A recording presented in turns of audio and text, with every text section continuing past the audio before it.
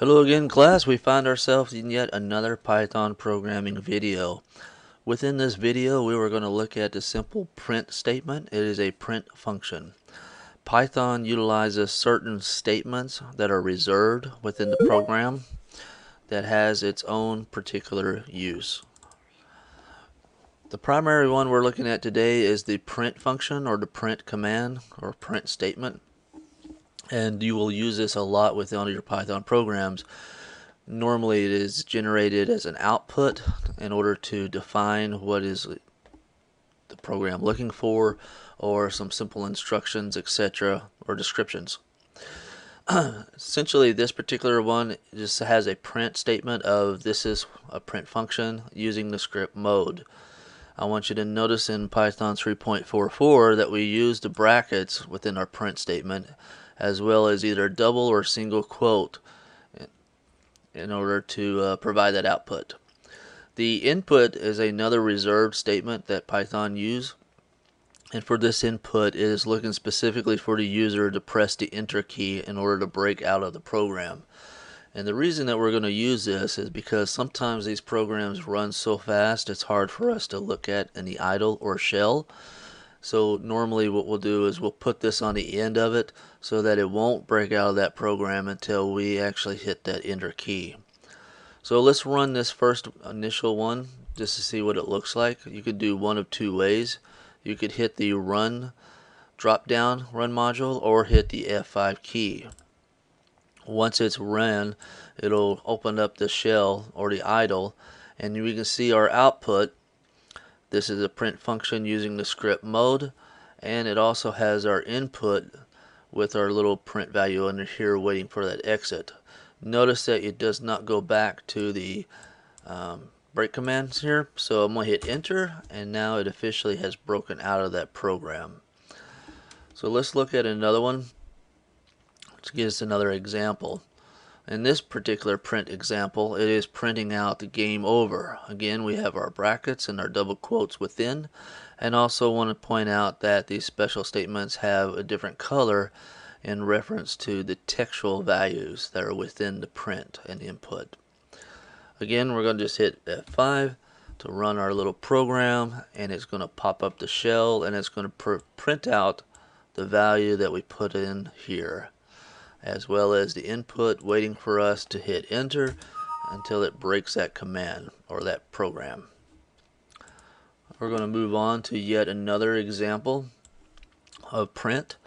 In this particular one, we're going to print out a fancy credit, and we can use backslashes as well. Now I'll provide you with escape characters and etc. like that in another documentation, but notice that it has a /T for tab, and then I believe this is for the escape character of that. So we're going to run this and check it.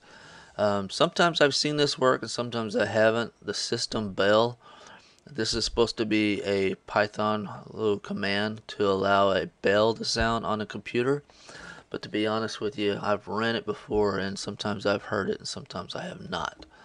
So let's run this particular Python program and see what it looks like. Oops. Here it comes up, and now you see the fancy credits has been moved over to the middle. This is where our tabs come from, and the buy and all that, and special thanks. What it did do is do a T right after the can't. Now I want to point out that this escape character here allows us to use that tilde T within. And also the escape character right here actually made Python ignore the double quotes, because if you recall in all the prior ones in our print statements we have to have a single or double quote from beginning to end. But what happens if you need a single or double quote within the actual statement itself? You can use these escape characters in order for Python to say, hey, this is not part of the overall that I'm looking for. Again, we have our input, press enter key to exit out of that program. One more to check out here as our example for the print statement. Here is yet another example. This one referred to as silly strings because it's showing concatenation and repetition as an example.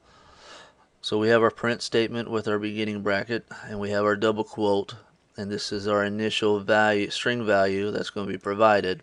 Now, you might have noticed in the prior video that I have done with the pseudocode video, you notice that these plus signs in between.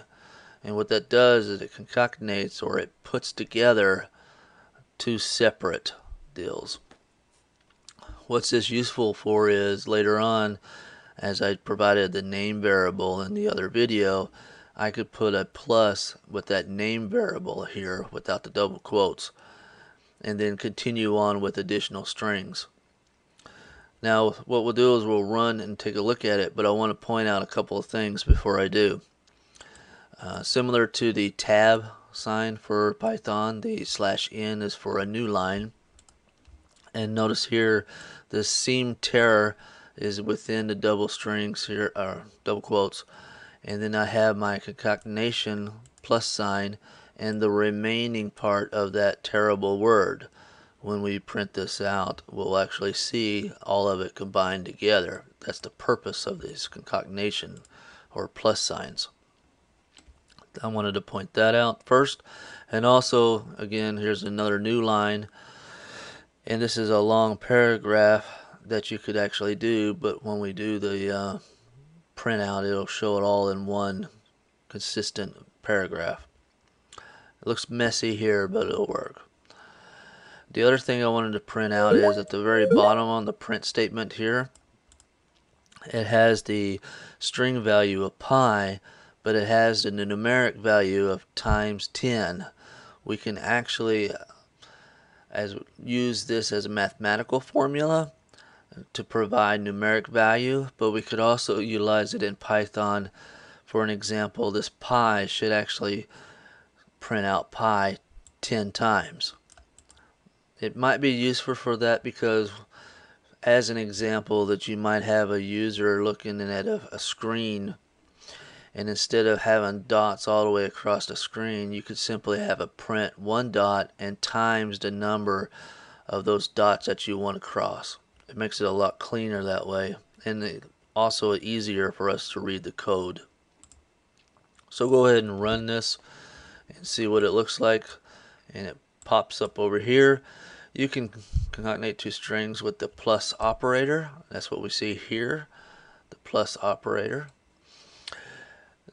Notice too that this acts as a escape character because of a single quote within the double quotes.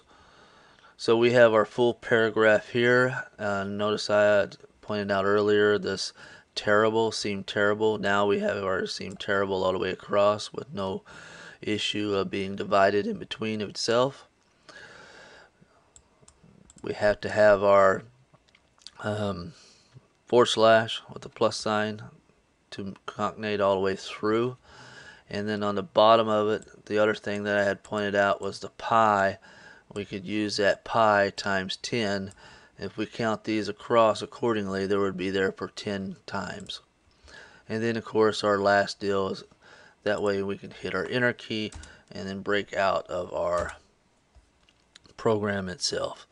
But those are just some simple examples of utilizing the print statement. We'll go into the other statements a little more detail, but this will get you started as far as getting used to the shell or the idle, but also getting used to hitting the file, new file, in order for you to create a blank portion or file for you to write your programs in and save them accordingly so you don't have to continue to rewrite it. Having to write all of this out numerous times is just a waste of time. Hope this helps, guys. Any questions or concerns, you can always reach out and contact me. But again, hope you have a good one.